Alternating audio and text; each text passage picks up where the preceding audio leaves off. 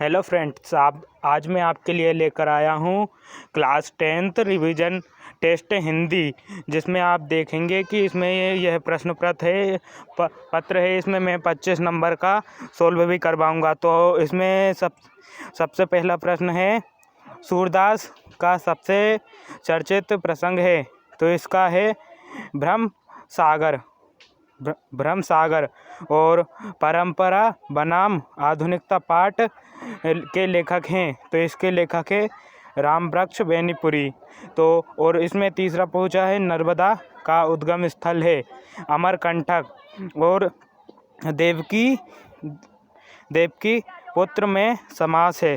तो दोस्तों, इसका आंसर आपको मिले तो कमेंट ज़रूर करें। और पांचवा, अद्भुत का स्थायी भाव है विस्मय। अब रिक्त स्थान कर लेते हैं। रिक्त स्थान की पूर्ति कीजिए। चतुर चित्रे कुक्र कवि द्वारा किस कवि द्वारा लिखी है? तो यह दोस्तों सूरदास द्वारा लिखी है। और आधुनिकता किसका विरोध करती है? आधुनिकता सांप्रदाय का विरोध करती है। और सुश्रुत संहिता में कितने शल्य यंत्रों की कितनी संख्या बताई गई है? तो दोस्तों 101 बताई है। अर्थ के आधार पर वाक्य कितने प्रकार के होते हैं? अर्थ के आधार पर वाक्य 8 प्रकार के होते हैं। और जिसके प्रति स्थायी भाव उत्पन्न हो उसे उद्दीपन कहते हैं। साधु से क्या नहीं पूछना चाहिए? साधु से जात नहीं पूछना चाहिए। और पंजाब केसरी के नाम से किसे जाना जाता है? पंजाब केसरी के नाम से लाला लाजपत राय को जाना जाता है। शल्य चिकित्सा के प्रवर्तक कौन थे? शल्य चिकित्सा के प्रवर्तक महर्षि सुश्रुत थे। उपासना करने वाले को क्या कहा जाता है? उपासना करने वाले को उपासक कहा जाता है। रस के कितने अंग होते हैं?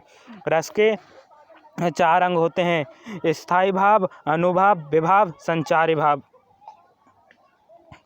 दोस्तों सही जोड़ियाँ, तो विनय पत्रिका तुलसीदास, गेहूँ गुलाब रामवृक्ष बेनीपुरी। और संस्कृति लोक स्मृति नर्मदा है। यह है दोस्तों यात्रा वृतांत करुण शोकरस। और वक्रोक्ति अलंकार। और दोस्तों ये प्रश्न है, सूरदास ने निर्गुण की अपेक्षा सरगुण को क्यों माना है? और बालक राम अपनी क्रीड़ाओं के माता प्रसन्न होती हैं। दोस्तों इन सभी के आप स्क्रीनशॉट ले लीजिए और मैं इन सभी को पेपर को सोल्व कराऊंगा। तो आप मेरे यूट्यूब चैनल को लाइक एवं सब्सक्राइब ज़रूर कीजिए। ये आप इसमें देख सकते हैं, भाषा की प्राप्ति किस प्रकार है, गद्य की विधाएं लिखिए, उपन्यास और एकांकी में 2 अंतर स्पष्ट कीजिए। और द्वंद्व समास को उदाहरण सहित परिभाषित कीजिए। वक्रोक्ति अलंकार को परिभाषित कीजिए। रस की परिभाषा एवं उसके प्रकार।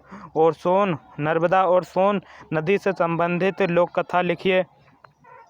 और निम्नलिखित का समास विग्रह कीजिए। निम्नलिखित के शब्द समूह के लिए एक शब्द लिखिए। मन के भाव मनोभाव, निरंतर चलने वाला पथिक और महिमा से पूर्ण।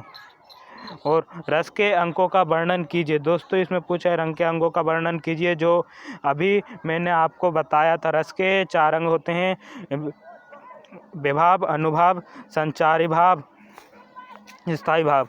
और इसमें यह पूछा है, तो यह आपको सभी के प्रश्नोत्तर मिल जाएंगे। तो मेरे चैनल को लाइक और चैनल को सब्सक्राइब ज़रूर कर लीजिए। वीडियो देखने के लिए धन्यवाद।